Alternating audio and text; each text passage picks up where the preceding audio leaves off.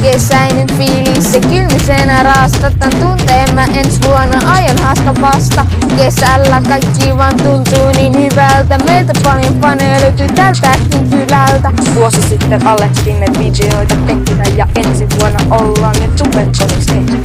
Taidettiin me luoda tästä kesän kovin bängiä, niin mut Friedin kanssa ollessani mä silti menetä järkeä.